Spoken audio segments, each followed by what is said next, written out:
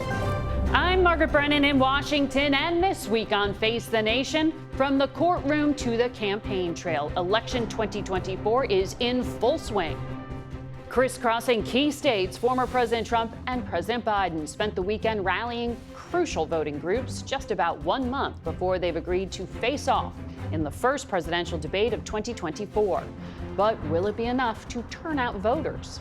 We'll talk to Ohio Senator JD Vance, a possible running mate for Mr. Trump, and one of the Republicans who showed up to support the former president in New York, where he faces charges of falsifying business records to pay off an adult film star to benefit his 2016 campaign. And we'll hear from Michigan Senator Gary Peters, who's in charge of defending Democrats' slim majority. Plus, new threats to our elections. What do we need to know about foreign interference and the dangers of AI? We'll get the latest from cybersecurity expert and analyst Chris Krebs. Then, Russia's advance on Ukraine's second largest city of Kharkiv marks one of Moscow's biggest territorial gains to date. Ukrainian Ambassador Oksana Markarova will join us with the latest.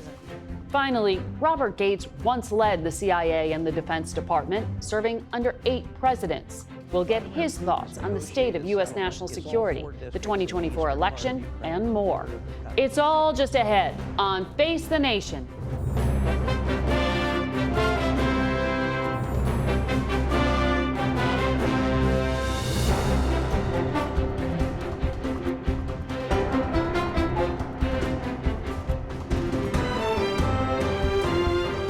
Good morning and welcome to Face the Nation. With Election Day less than 6 months away, President Biden is navigating a host of challenges at home and abroad.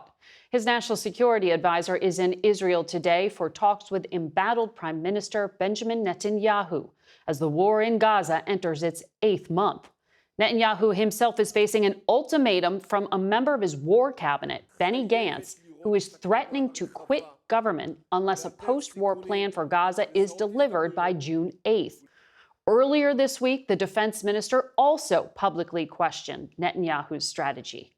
And that conflict overseas is making waves at home. Voters' dissatisfaction with President Biden's handling of the war in Gaza is overshadowing his commencement address at Morehouse College in Atlanta this morning, where some students and faculty have protested his appearance. The speech is just one of the stops this weekend aimed at shoring up support from Black voters. Recent polling suggests he's falling behind his opponent in key states. A new CBS poll shows the president trailing Trump by 5 points in Arizona, despite Biden winning that state in 2020. And in Florida, Trump is comfortably up by 9 after winning that state in the last 2 cycles. We begin this morning with Nicole Killian, who's in Atlanta.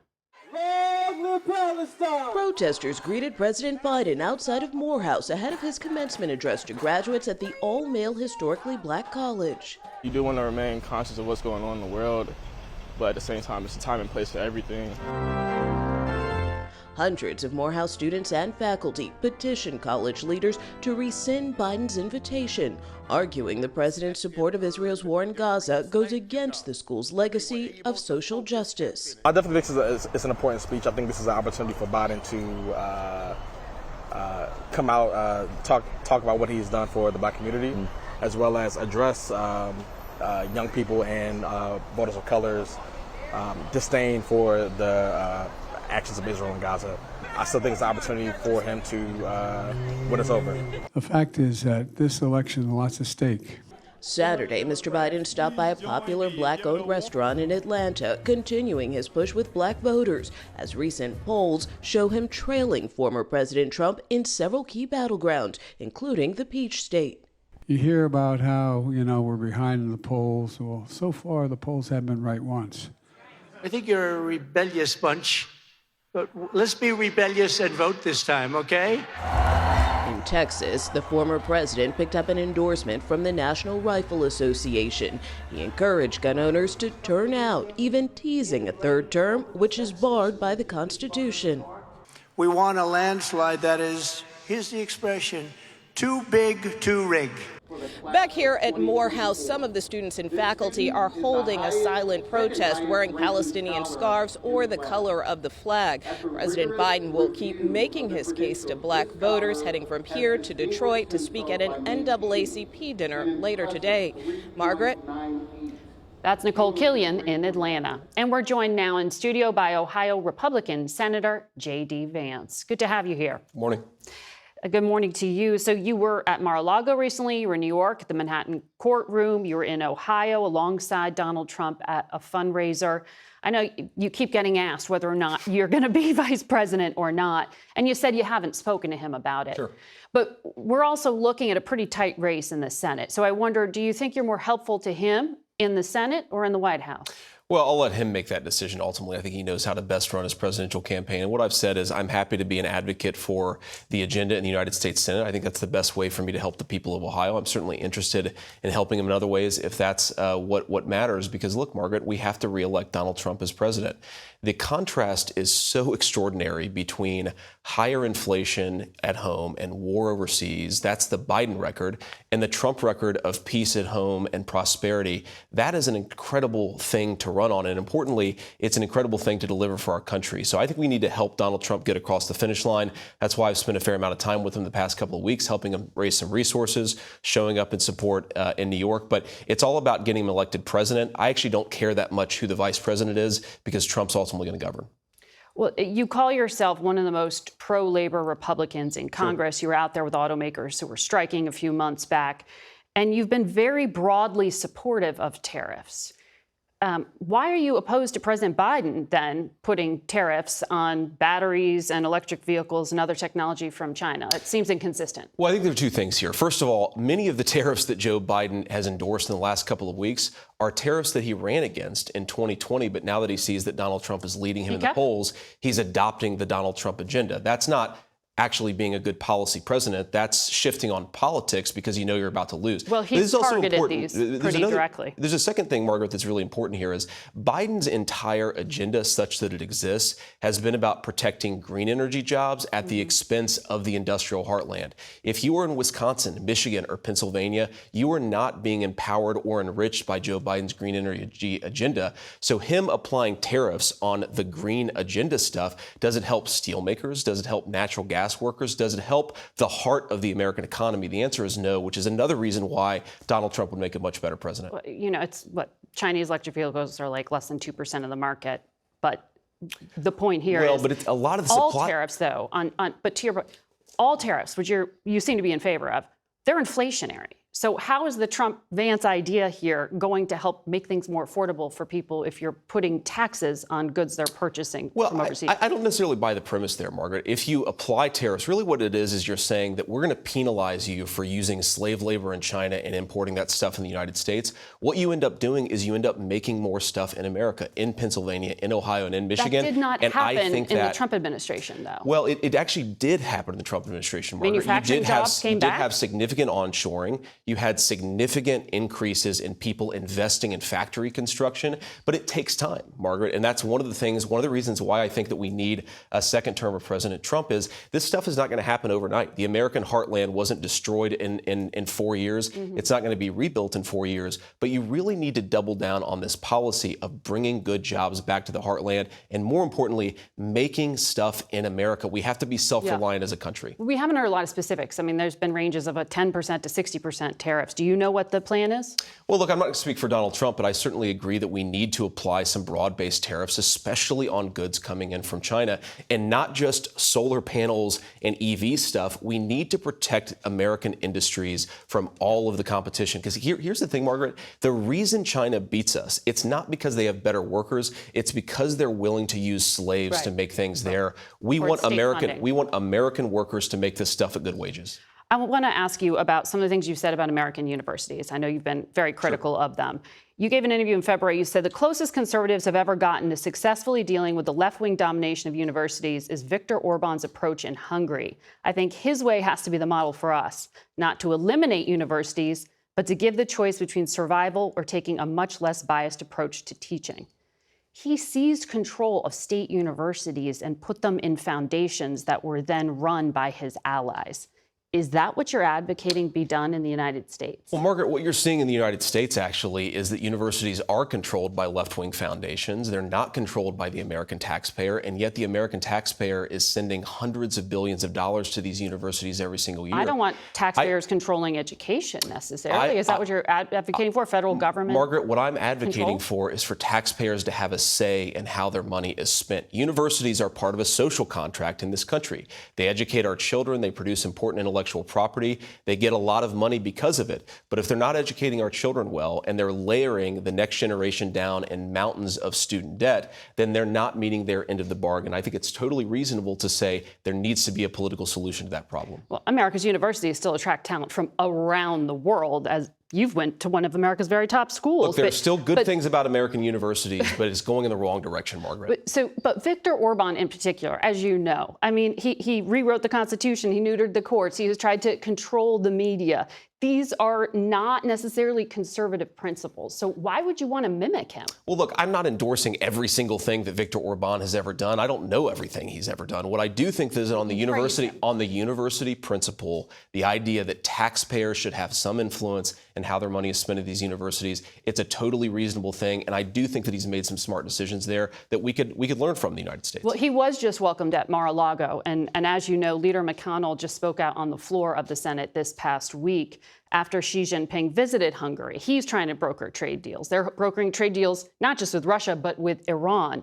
Orban, because of this, McConnell said it should be a red flag for anyone seriously concerned about competition with China.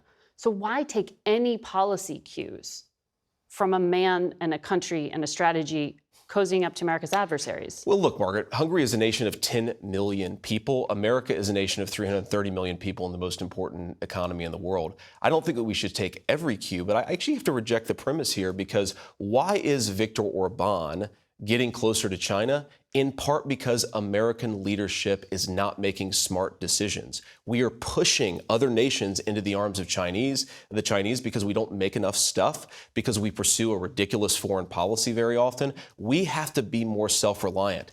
I don't like China. I don't like that China has stolen a lot of American jobs. The reason they've done it is because American leadership has made bad decisions. That's our fault, and that's something we can fix as Americans. You've talked a lot about the need for the United States to pivot to Asia and let the Europeans focus on Europe. But Xi Jinping is focusing on Europe. Why would you cede influence? Because you've really been opposed to helping Ukraine in its fight. You've said a lot of things that are suggested that you just want to pull back. Let me address that point, Margaret. First of all, I think the reason that we have to be smart in Ukraine is we don't have a strategy. What is Joe Biden trying to do? What is another $60 billion accomplishing that $120 billion hasn't? We have to have a smart strategy to spend American taxpayer dollars. But on this, 80% of it funds the U.S. defense industrial base from on the this question, just Europe and China and the intertwinement between those two. Look, the reason Europe has become weaker is because they've deindustrialized. And why have they deindustrialized? Because they've pursued a green energy agenda following the lead of the Biden administration, and that necessarily empowers China and Russia. We need to acknowledge that it's our decisions that are making these countries stronger. We need to fix that, not whine at countries that have 10 million people. Or people just like cheap stuff no matter where they live, right? So they look for cheaper providers. Well, they'd love to have cheap energy in Europe, and they don't have it because of the policies of the green energy lobby. I want to ask you about abortion because we see it in our polling as so motivating. But President Trump has adopted this position that it should be states that control abortion access. You said back in 2022 that a proposal to limit abortion access after 15 weeks of pregnancy was something you would support, and some minimal national standard. What is the minimum national standard that you want the federal government to have on abortion? Well, look, Margaret, I think that, first of all, we have to acknowledge that political reality is, I think, really motivating a lot of these considerations. What Donald Trump has said, which is very consistent with what I said during my own campaign, is that the gross majority of abortion policy is going to be made at the state level. And I actually think if you compare his view of saying, look, this is a tough issue, we need to let people debate and decide this very tough issue in this new environment where it's been kicked back to Democratic legislators. A minimum federal standard. But Margaret, compare this to the Biden administration approach is we want Christians to perform abortions and we want American taxpayers to fund late-term abortions. I think the Trump approach, that is absolutely prohibited what Democrats under have the endorsed. Hyde Amendment. But so you don't have a minimum national standard? Margaret, what I've said consistently is the gross majority of policy here is going to be set by the states. I am pro-life. Yeah. I want to save as many babies as possible. And sure, I think it's totally reasonable to say that late-term abortions should not happen with reasonable exceptions. Mm-hmm. But I think Trump's approach here is trying to settle a very tough issue and actually empower the American people to decide it for themselves. Senator Vance, thank you for joining us today. Margaret. We turn now to Michigan Democratic Senator Gary Peters. Good morning to you, Senator. Well, good morning to you. Well, you just heard us run through a whole bunch of these statistics with our polling data, and you are in charge of helping to defend the slim Democratic majority in the Senate. Are you still confident that you can pick up a seat in Florida? And are you bullish that you will actually be able to pull off a win in Arizona? I am. I'm still very, very confident. We have all the pieces in place to be successful. And basically, it's very similar to how we were successful in the last cycle, when folks thought that that was not possible in a midterm with a party in power in the White House. We did. We made history last cycle. We're going to do it again. And it's primarily because of candidate quality. We have outstanding Democratic candidates, outstanding Democratic incumbents who have served their state against deeply flawed Republican candidates. So I'm confident we're going to be able to win. Okay, so just to put up on screen, because I don't think we did that, the candidate in Arizona is talking about Ruben Gallego is leading Kari Lake by 13 points. That's pretty stark. Yeah. So are you confident? It is, and the lead is great, but I take every poll with a grain of salt. We're still going to have a tough race. We're going to still be focused on Arizona to make sure that Ruben wins. But if you look at the contrast, his service to the state of Arizona through his work in Congress versus Kari Lake, who's been an election denier. She's been traveling around the country, not in Arizona. People of Arizona want someone who's going to be there fighting for them. And that's what they have in Congressman there. Okay, but that is what's happening down ballot. But President Biden in the state of Arizona is down 5 points versus Donald Trump. So what are they missing at the top of the ticket here? Well, I'm still confident that Joe Biden will win in Arizona as well. The election will continue to play out. These are going to be close races. As I said, with his lead, I always take these polls with a grain of salt in the fact that these are competitive battleground states. By definition, they're going to be very close. We're going to win not just because of the candidates, but also because of our ability to run better campaigns, reaching out to our voters, getting them engaged, getting them to the polls. That's how you win these close races. It's what we did last cycle. It's what we're going to do again this year at election time. Well, in Florida and Arizona, we polled in both of those states. By almost 3-1, voters say President Trump would be better for their finances than President Biden. In Arizona, Trump has a 10-point advantage on the specific question of who cares about people like you a lot. And the economy, again and again, #1 issue. What can President Biden do to fix that? Well, President Biden has been focused on the economy. And actually, if you poll folks about their individual view about themselves, polls are pretty consistent. They feel good about what's happening in their family. And it's about focusing on that aspect. Ask people about yourself and are you better off? But certainly President Biden, as well as Democrats in the Senate, have been looking to reduce costs. For example, prescription drugs, bringing down the price of prescription drugs for families. It is a focus of the president that will continue. And, you have to look back in the previous administration. Folks forget that when the former president was there, we were in a pandemic, and he just mishandled that pandemic in a spectacular fashion. That is why it caused so many hardships for people. Yeah, and that is why it is so stark when people say they think he's going to be better for their finances. It's pretty stunning, frankly. On the issue of the border, we know just on the facts, the number of migrants crossing the southern border has actually been declining for the past few months. And the Biden administration has talked about, new efforts underway here, but it's not showing up in any sort of better reviews for the president's border policy. That is so essential for support in the state of Arizona. He's trailing by 5 points. What does he have to do on the border that's going to help stop the bleeding? Well, as you said, the numbers are getting better. They'll continue to get better, and President Biden and his administration has been focused on that. Does he need to talk about it We also, more? as Democrats, absolutely, and that's what a campaign is about, and a campaign to make sure people have that information. As you also know, Democrats worked with Republicans to have the most comprehensive border security bill that would have been passed in decades. And it that didn't. would have made it even better. And yet Donald Trump said, don't vote for it because it's going to be a political win for Biden. Right. He'd rather see problems on the border. American people don't want that. They want solutions. They want folks who roll up their sleeves, get things done. We were on the edge of doing that, and Donald Trump tanked that effort, and Republicans just listened to him. They're basically hypocrites on this issue. But he consistently talks about immigration. President Biden very, very, very rarely discusses the things that you were talking about. And on immigration, we just see that these policies here, 13% of Biden say Biden's policies benefit U.S. citizens over immigrants. Trump policies overwhelmingly are viewed as more positive. I mean, there's just a perception issue here. How do you battle that? Well, it is a perception issue. It's not a fact issue. The facts are clearly wrong when it comes to that. President Biden has been addressing this issue.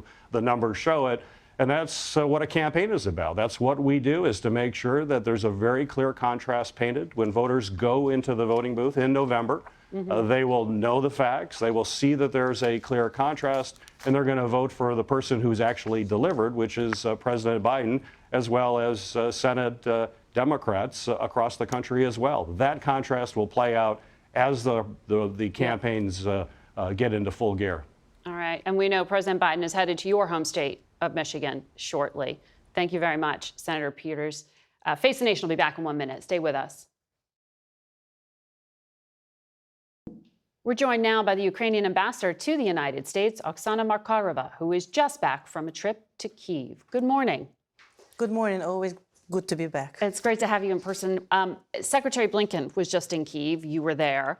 What did you learn from these face-to-face meetings with President Zelensky? Well, it was, as always, very candid, very good, very productive discussion. Secretary has been there for 2 days. So not just meeting with the president, which of course has been very deep on every aspect of our strategic friendship, but also with Prime Minister, with Vice Prime Minister Fedorov, so many visits.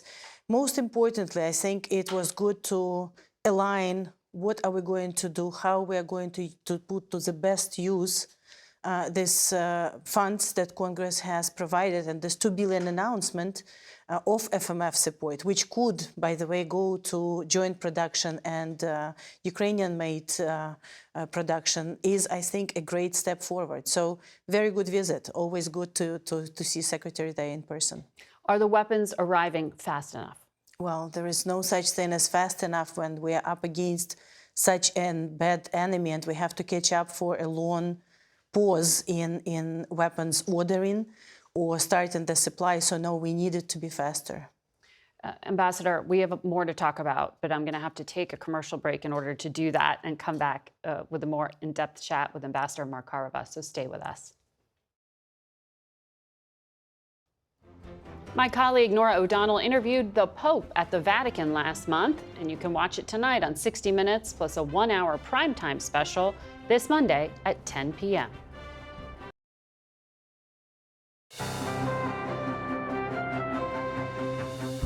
Welcome back to Face the Nation. We continue our conversation now with the Ukrainian ambassador to the United States. Ambassador, President Zelensky has made clear on multiple occasions now that Ukraine needs more Patriot missile systems. He says your country only has about 25% of the air defense systems it needs. Is the United States going to provide that help? Well, first of all, let me second President Zelensky on the need. I mean, clearly, yeah, I was there just for 2 days, but every day we hear in the news, just today, you know, the horrible hit in Kharkiv Oblast again, 27 wounded, 5 dead already, we don't know, maybe more. Clearly, Russia is doubling down on their war crimes. They found new friends to produce more of these gliding bombs, horrible, just trying to destroy as many peaceful cities in Ukraine as possible. So the fast way to stop it is to provide us with more air defense. It's also the efficient way, because not only it will save lives, but it will save the energy generation and everything, and then we will have to spend a lot of money and efforts to restore and rebuild. So desperately needed. Now, we are in very active conversations, literally Pentagon, and I would like to thank them as we are preparing for the new Ramstein group meeting next week, working day and night to find it. But frankly, this is the time when everyone have to give us a little bit of theirs. So we're very grateful to those who are providing us with their systems. We're grateful to the US for looking for them, allowing them, funding some of them, but we need more, and it's time to literally take some brave decisions and provide us with more of this so we can see them right away where we need them. At least two we need in Kharkiv and that area, right. But other places need to be protected as well. And Germany was looking to provide some help, as I understand it, on that front. So you just mentioned an upcoming summit in Ramstein. CQ Brown, the chair of the Joint Chiefs, told reporters Ukraine has asked the United States for help to strike inside Russia. The U.S. has been afraid to have U.S. weapons used in that kind of a strike. What is it that Ukraine's seeking to do?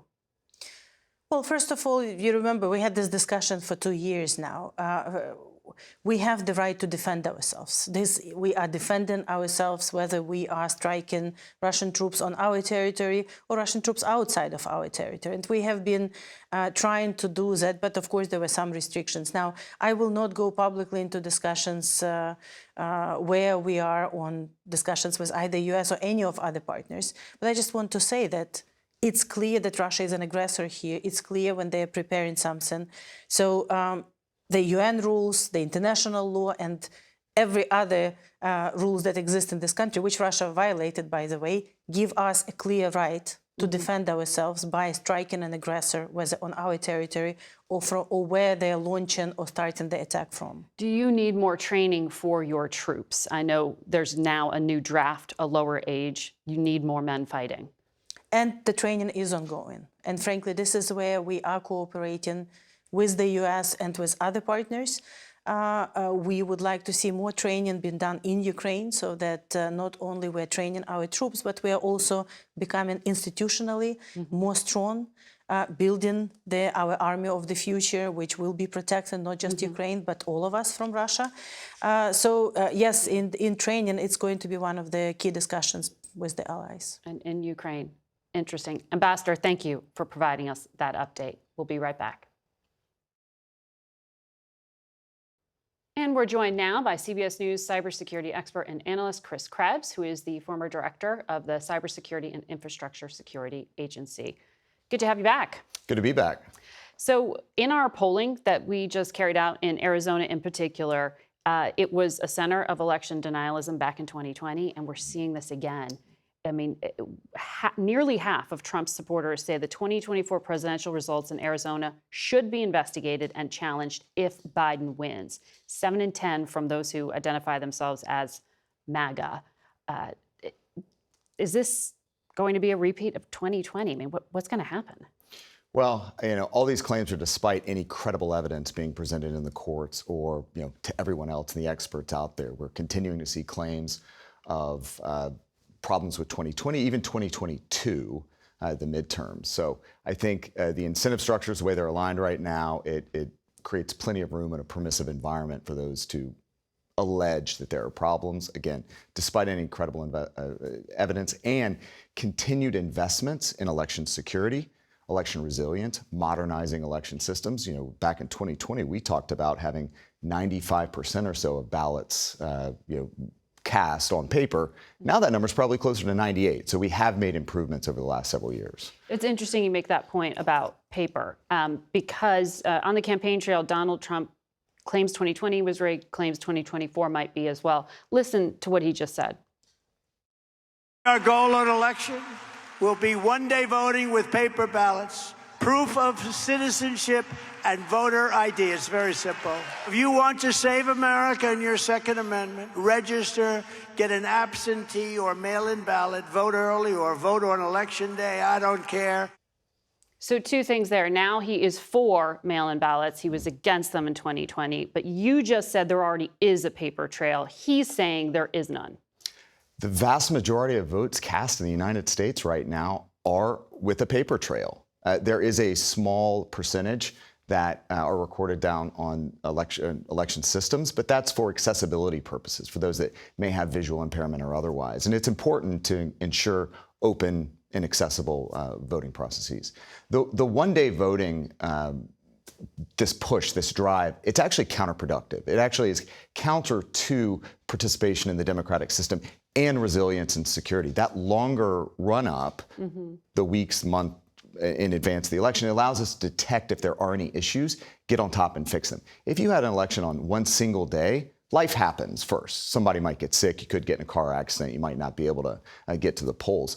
But if something happens early on, it could have this cascading catastrophic impact on getting people to the polls and voting on Election Day. So I'm much more in favor of the system we have now with early voting, with mail-in and absentee ballots. So the Director of National Intelligence, your successor at CISA, Jenna Easterly, also testified that they are so prepared, election infrastructure has never been more secure. But then we also hear from U.S. intelligence that China, for example, is experimenting with things like generative AI to influence voters. How do people understand that influence effort versus actually tinkering with ballots? I think that's the right distinction. There's interference, which is the technical manipulation of systems. And as Jen Easterly, my successor at CISA, said earlier this week in the Senate hearing, the investments we're making, the continued improvements across systems, I would even suggest that, you know, when we said in 2020 that it was a safe and secure election, it's even more safe, secure now because those continued investments, because the continued improvements across those systems. But to your point on influence, the scope, the scale, the technology available to our adversaries, including AI and deepfakes, it is a much more precarious threat environment. The Chinese are active. The Russians are very active. They've been using deepfakes in Europe. We've seen AI pop up in Moldova, Slovakia, else Bangladesh. So it is going to be a tool. My sense, however, though, is threats that are AI-powered or AI-enabled will be much like what happened in New Hampshire with the robocall. It'll be immediately detected, it will be investigated quickly, and it will be prosecuted. And that's what's happening right now. I think the biggest concern, though, is that this is cumulative. It's accretive. So rather than one single catastrophic AI-enabled event, it's going to be a steady drumbeat where the voters, the public, are just going to lose confidence and trust in the overarching information ecosystem. And we're seeing that in our polling already. Some might say that's part of a strategy. That's scary. Absolutely. CNN was reporting both the Chinese and Iranian governments had tried to use fake AI content back in 2020, but chose not to deploy it. Is that accurate? I can't speak to the specific intelligence there. It should not be a surprise, though. We've been talking about deep fakes and AI as a risk vector for years, for half a decade at least. So to say that whether it's the Russians, the Chinese, the Iranians, the North Koreans, whomever, have been tinkering or researching this technology as recently as 4 years ago, I think that's entirely credible. We are seeing it now, though. We are seeing, as I mentioned, already in Europe. We're seeing it here as well. And I would expect that between now and the election, we will continue to see AI-created content pop up. And this is where it's important for the tech platforms to ensure they're on the lookout for it, that the AI companies are ensuring that their platforms cannot be manipulated. The challenge, of course, though, is there are open source models that can be used. And we need to keep talking to you about this, unfortunately, in the months to come, because it sounds like it'll be a persistent issue. Absolutely. We'll be right back. We turn now to former Defense Secretary and CIA Director Robert Gates, who we spoke with on Friday from the College of William and Mary, where he serves as chancellor. We began by asking him why national security should matter to voters this election year. Our leaders need to bring these issues home to the American people in a very direct way. The world isn't going to ignore us just because we think we can ignore the world. So the first thing is to make clear that if we don't deal with these problems early, they become very dangerous problems and very costly problems for the United States down the road. The other is to explain to the American people, for example, how we are economically interconnected with the rest of the world. Well, if President Trump were to win again, what could he do differently in a second term that would give him a stronger legacy? I know you've been critical of some of his behavior when he was in office. I think you'd probably see significantly different domestic policies in a number of areas. I think one thing he's been clear about for a long time is the need for tariffs to protect American industry and so on. I think he would also have a different approach in many areas with respect to foreign policy. And in terms of trying to end the war in Ukraine, it's never made quite clear how he's going to do that or what terms he would have to agree to, or how he would handle the issues in the South China Sea differently. So, you know, I think that there's an element of unpredictability in his case of not knowing what he really has in mind to deal with any of these specific issues, especially on national security. Would you be open to voting for Mr. Trump? Oh, I'm not even going to begin to go there. Because you did write an essay in Foreign Affairs a few months ago where you were pretty specific in criticism. You said his disdain for allies, fondness for authoritarian leaders, erratic behavior undermined U.S. credibility. You were also critical of President Biden and his withdrawal from Afghanistan, which you said further damaged the world's confidence in America. Do you think Mr. Biden has been able to repair that damage? I think that he gained a lot of credibility with the speed with which he assembled the coalition of partner countries, allies and friends, before, during, and after the Russian invasion of Ukraine, putting together that 36 countries willing to help Ukraine with money, with military assistance, and so on. Being able to warn the allies before the Russians actually invaded so that when they did, we had enormous credibility with others, that we knew what we were talking about and we knew the nature of Putin's threat. I think a lot of people would agree that there have been some unnecessary delays in getting necessary equipment to certain kinds of equipment to the Ukrainians, and I'm not talking about the 6-month late supplemental that was just passed by the Congress. I'm talking about going back a year and a half or 2 years, whether it was tanks or missiles or aircraft, that after long debate and deliberation, decision was finally made to provide them. Vladimir Putin was in China this past week visiting his ally, Xi Jinping. And he said Friday, Russian troops are advancing daily in Ukraine. What do you think it will take to stop this momentum? Well, this is one of the places where, frankly, the 6-month delay in getting the supplemental passed has been a problem and poses a real crisis, I think. The circumstances in Ukraine right now are quite dire. The Russians are moving not only around Kharkiv, but elsewhere along the front.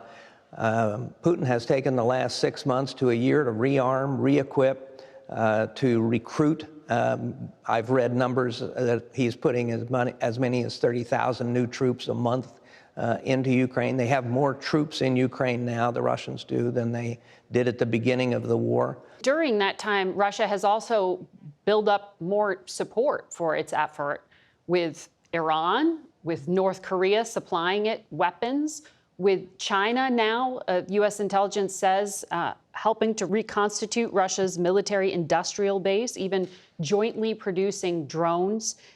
What consequence should there be for a country like China for helping this war to continue? There are a variety of other sanctions that are available to the administration and to the Europeans that could bring additional pressure on the Chinese at a time when their economy is not doing very well. They could. The Chinese have very large stakes in other problems and other relationships around the world in addition to Russia. And you know, until a year or so ago, they were being pretty careful about what they were providing to the Russians. They still have not, as best we know, have not provided actual weapons to the Russians. That's been a red line for the United States. And Putin, frankly, and if you look at the cabinet changes that Putin has just made, they're all focused on militarizing the Russian economy to sustain a huge military for a long time going forward. This is not a one-time problem with just Ukraine. Putin has decided to take Russia in a different direction that poses a real threat to all of its neighbors. And the Chinese, by helping them, are enabling that. Well, the Chinese president was just touring through Europe, and he was in France. I wonder what you think about the French president's statement that nothing should be ruled out when it comes to sending Western troops to Ukraine. I know some other European countries have also leaned into that idea. Should it be taken off the table by both Biden and Trump? I think the notion of deploying NATO troops into Ukraine causes a lot of domestic concern, not just in the United States, but in Europe as well. I don't think you take things off the table, but I also don't think you put them on the table in an explicit way. You know, part of my problem is that our government talks too much, and some other governments talk too much as well. Sometimes it's better just to do things and not tell people you're doing them. But maybe that's the old CIA guy. Is that suggesting more training, then, of Ukrainian troops? I think we are clearly, there's going to have to be more training of the Ukrainians, particularly with their new conscription law and a number of new young people coming into the Ukrainian military. Should that take training can take place in Western Europe, or it conceivably could take place in Ukraine as well. One of the guests on our program, JD Vance, a senator from Ohio, has likened U.S. support for Ukraine to the U.S. invasion of Iraq, making that argument that there's like a creeping U.S. role potentially. He also went to the Munich Security Conference, but skipped meetings with President Zelensky and the head of NATO, saying he wouldn't learn anything new. What do you say to a leading Republican like him? Rather than get into specific personalities, I just think that people need to open their eyes and be willing to listen to other points of view and be willing to learn, particularly from people who've been around, like Senator McConnell and others, who can help him and others understand that this is a different kind of aggression by far than what happened in Iraq in 2003.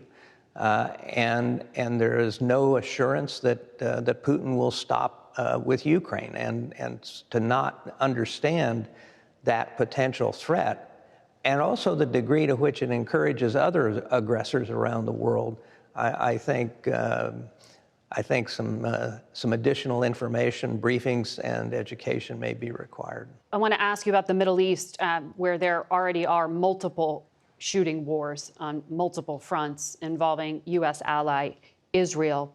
Do you agree with President Biden's decision to withhold some specific armaments from the Netanyahu government while surging others?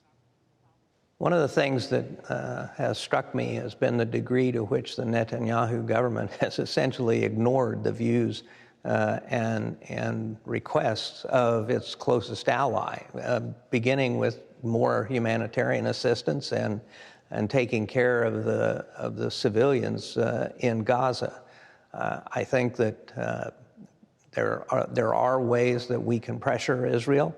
The truth of the matter is, 2,000-pound bombs that are not precision-guided inevitably lead to a lot of collateral damage. They basically collapse buildings. I'm all for providing all other kinds of weapons to Israel, including precision-guided bombs and other equipment that they may need. But I think when our allies ignore us, and particularly on issues that are of huge importance to us and to the region, then I think it's reasonable to take actions that try to get their attention. There were extraordinary statements from Israel's defense minister this past week where he publicly criticized his own prime minister, saying he can't get an answer to some key questions like what happens at the end of this war.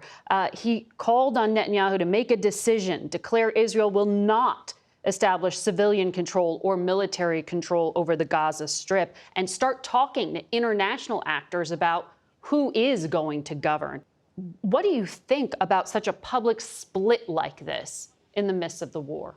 Well, it's pretty extraordinary, but I think not unexpected. You know, the United States government has been asking Prime Minister Netanyahu for months, what's your plan? What happens after the shooting stops? Where are you going with this? What's the solution politically? What's the solution economically and in humanitarian terms? And neither we nor the Israelis, including his own defense minister, get any answers to those questions. I know you said you've never been a fan of Bibi Netanyahu. You said you met him back in 1989.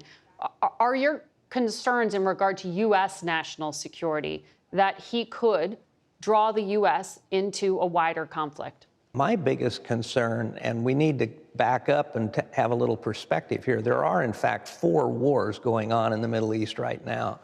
Not only the war in Gaza, but the war on Israel's northern border with Hezbollah, the Houthis in Yemen, and the disruption of the global supply chains through their attacks in the Red Sea, and then the militias in Syria and in Iraq.